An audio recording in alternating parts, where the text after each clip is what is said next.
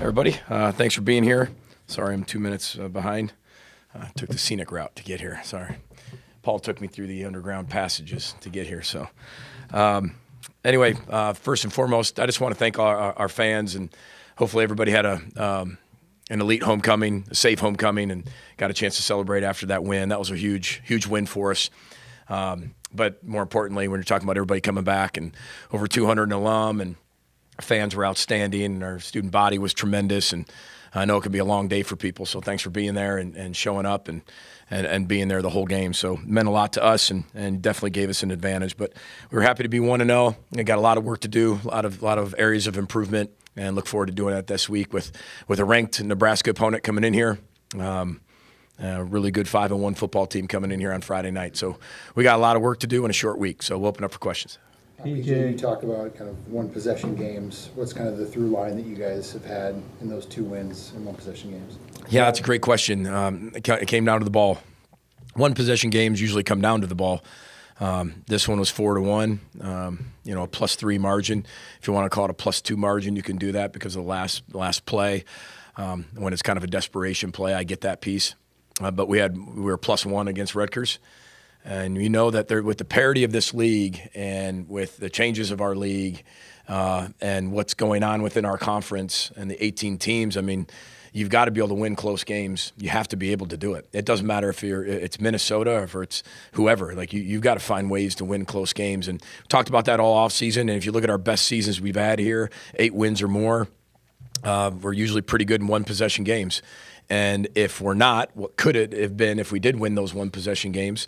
But right now we're 2-0, and we're 1-0 this past week and found a way to win those games. And I think it was critical that our players made big-time plays in huge moments.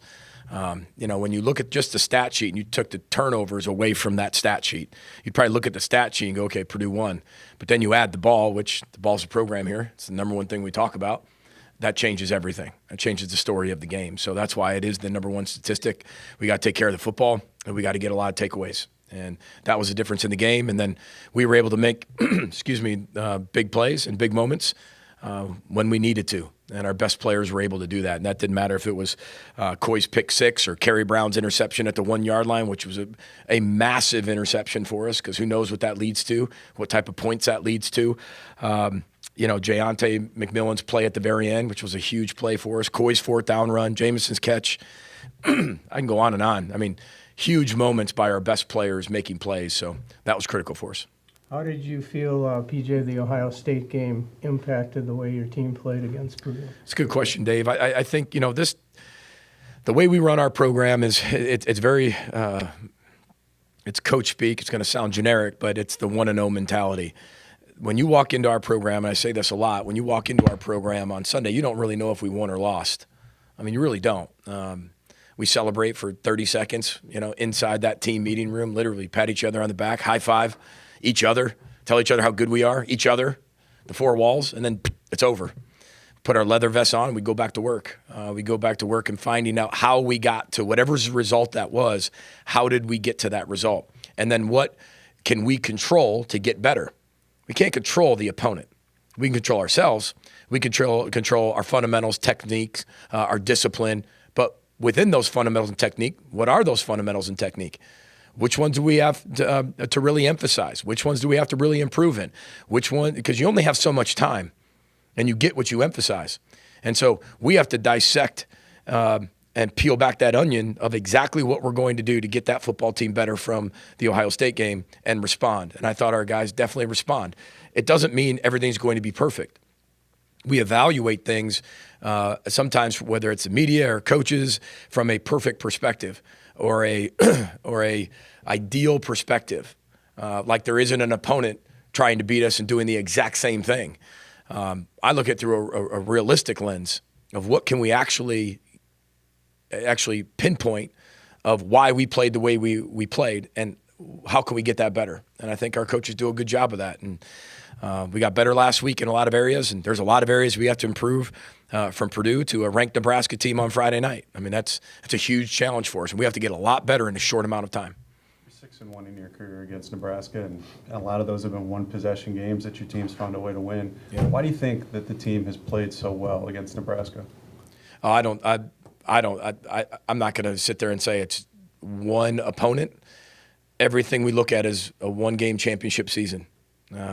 This Nebraska team has nothing to do with 7 years ago or 5 years ago. This is Matt Rule's 2025 team of the Nebraska Cornhuskers. That is very, very deep, very good. I did an interview this morning, and somebody said, I think they're finding themselves. I said, I think they found themselves. I don't think they're looking. They've found themselves. They're ranked 25th in the country. Matt Rule has got incredible depth. He's a wonderful football coach, incredible human being. I've known him for a long time. You look at their offense. I mean, Rayola's playing better than he's ever played. They've got a very deep running back room. They've got 3 to 4 wideouts who can flat out fly and make huge plays and change the game instantly. They're big up front, big tight ends. And then defensively, I mean, they blitz an awful lot. They do a lot in different fronts. I mean, they're new front all the time. They can do a lot of things out of different packages. They're long. They're big. They're physical. So this is the 2025 version of Nebraska, which is the only one I'm really concerned about. So we're 0-0 against Nebraska in my mind. How would you assess the physicality from your lines on Saturday? Yeah, I think we're getting better. I think that's the thing that you look at it. I mean, 2 games, we need to start faster. I mean, I think that just, whether it's offense, defense, special teams. And you look at the 2 games that we did win, we're down 14-0 and 10-0. Now, I mean, we're spotting somebody points before you even get started and get into your rhythms. We got to start faster. It doesn't mean we're going to start faster, but you're emphasizing it, you're coaching it, you're teaching it. Schematically, through a coach's eyes, you're doing everything you can that way. And the players have to know that too. And then it's all got to come together. But we know, we talk about we teach them that constantly. Start fast, accelerate mental, finish strong. Just because you teach it doesn't mean you're actually going to get it. You got to find a better way of teaching it. And then our players have to do a better job absorbing that and going out there and executing. But I see improvement. But we've got to get away from a lot of things that we like to do pretty quickly. And that's a credit to our opponents as well. Do you expect the Ohio State defense, the way they change things up so much during the game, does that give you a lot of confidence going into Nebraska and they change things up a lot? Well, they're 2 different football teams, Dave, but that's a very valid question.